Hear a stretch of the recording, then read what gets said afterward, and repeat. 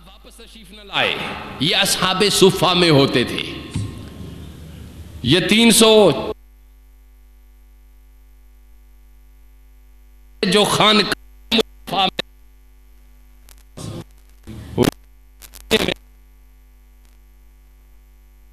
کھانا آ گیا تو حضور نے دے دیا, نہیں تو پڑے رہے اسی بارگاہ. لباس آج ہمارے اوپر یہ زور اور شدت زبردست کی جاتی ہے کہ ٹوپی ہونی چاہیے ورنہ دستار ہونی چاہیے ورنہ ٹوپی ہونی چاہیے ورنہ لباس یوں ہونا چاہیے.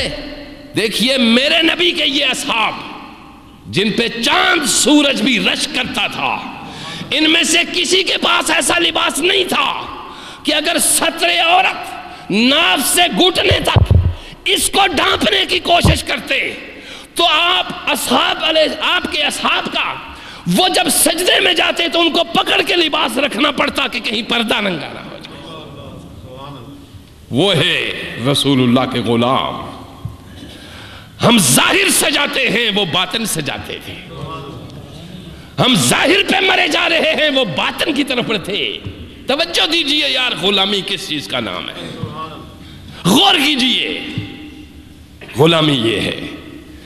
ارشاد فرمایا تم وسلم کہ حضور علیہ السلام, ہاں حضرت ابو ہریرہ کہتے گھنٹہ گزر گیا, باہر تشریف لے کے واپس نہ آئے. اب مجھے خدشہ ہوا چونکہ حضور تنہا نکلے تھے باہر, کوئی ساتھ نہیں تھا.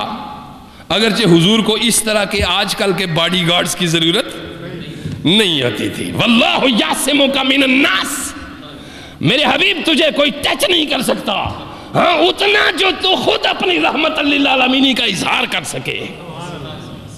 توجہ دیجئے. آپ نے فرمایا, حضرت ابو ہریرہ کہتے ہیں میں نکل گیا, گھنٹہ پہلے نکل گئے تھے حضور, مگر میں گلیوں میں جا رہا تھا, میں ادھر جا رہا تھا جدھر سے مصطفیٰ گزرے تھے. گھنٹہ پر پہلے حضور گزر گئے, مگر مجھے راستہ پہچاننے میں دقت نہ ہوئی. حضور کے قدموں کی خوشبو, آپ کے لباس کی خوشبو, آپ کے بدن کی خوشبو, آپ کی زلف واللیل کی خوشبو, آپ کے چہرہ والدعا کی خوشبو گلیوں میں یوں مہک رہی تھی کہ مجھے کوئی ڈر نہ لگا کہ حضور کہاں تشریف لے گئے. میں ادھر ہی جا رہا تھا جدھر گھنٹہ پہلے حضور گزر گئے. یعنی جدھر سے حضور گزر جائیں وہ راستے بتاتے ہیں کہ ادھر سے کوئی جیدار گزر گیا ہے, ادھر سے کوئی اللہ کا محبوب گزر گیا ہے, ادھر سے کوئی اللہ کا پسندیدہ محبوب گزر گیا ہے. وہ فضائیں بتاتی ہے, وہ ہوائیں بتاتی ہے, وہ راستے بتاتے ہیں, وہ آہنگ بتاتے ہیں. ہر پرندہ بول بول کے بتاتا ہے کہ مصطفیٰ ادھر گئے. توجہ دیجیے. نبی اکرم صلی اللہ علیہ وسلم فرماتے ابو ہریرہ میں نکل گیا, چلتا گیا.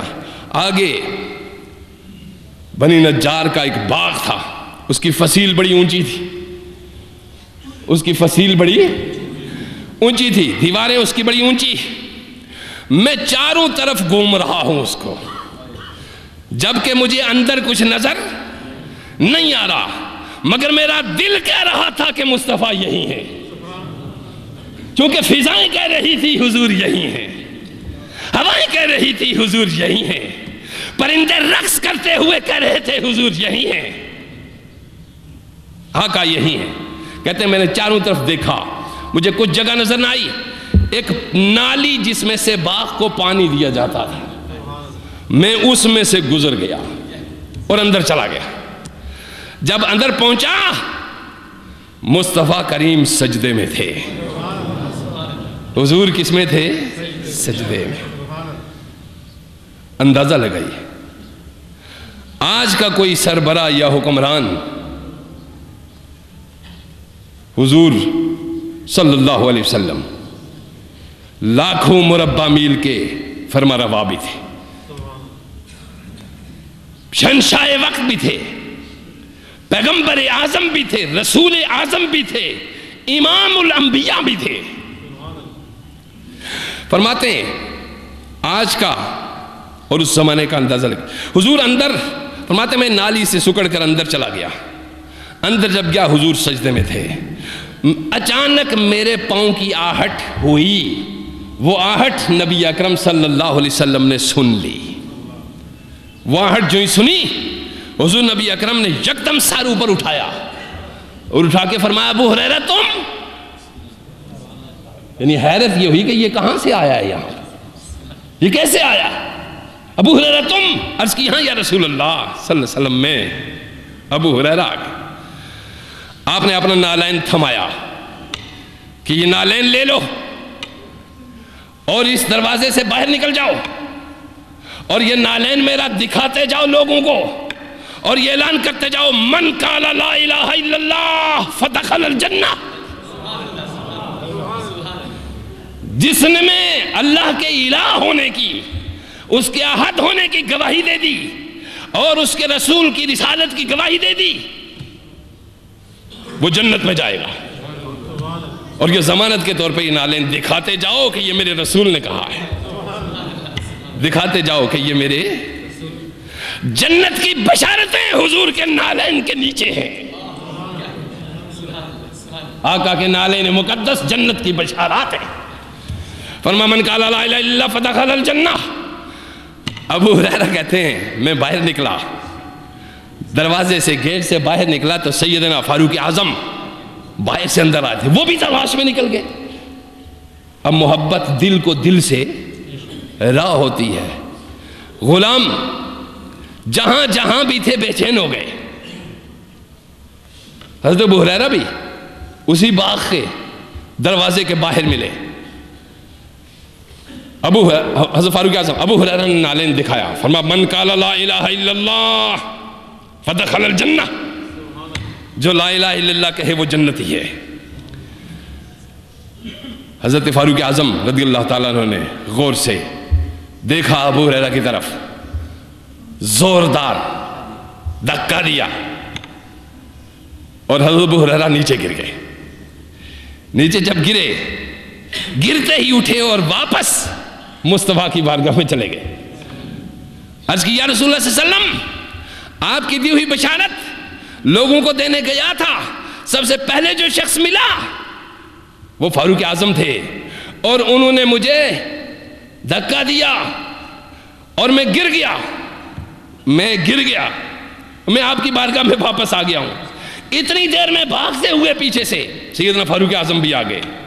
عرض کی یا رسول اللہ صلی اللہ علیہ وسلم، اتنی کھلی چھٹی نہ دیں لوگوں کو، اتنی کھلی چھٹی، اگر آپ نے اتنی چھٹی دے دی تو پھر نماز روزے کا کیا ہوگا، حج زکوٰۃ کا کیا ہوگا، پھر فلاں فلاں کا کیا ہوگا؟ معلوم ہوا نالین مصطفیٰ کے تصدق سے ہر شے ملتی ہے، حضور کے نالین سے ہر شے ملتی ہے۔ تو حضرت ام سلیم دوپہر کے وقت پسینہ نبی کا بوتل میں لے رہی ہیں،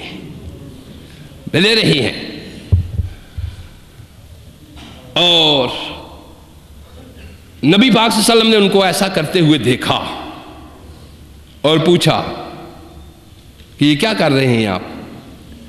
تو انہوں نے فرمایا ارقو کا نجعلہ فی طیبنا وہو من اطیب الطیب، یا رسول اللہ یہ حضور کا پسینہ ہے،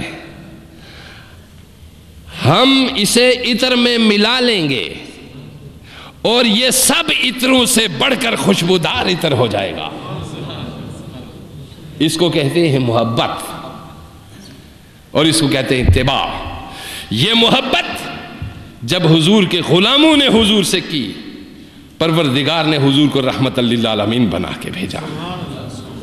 آپ نے دیکھا کہ وہ عالمین کے لیے رحمت تھے، اور یہ چیز جب آپ کے سامنے اب آ گئی، اب بات کو سمیٹتے ہوئے ہم اختتام کی طرف بڑھتے ہیں۔ تو محبت رسول صلی اللہ علیہ وآلہ وسلم، حضور کی محبت بڑھتی چلی گئی اصحاب کے دلوں میں، اور اس محبت نے مختلف رنگ نکالے۔ وہ محبت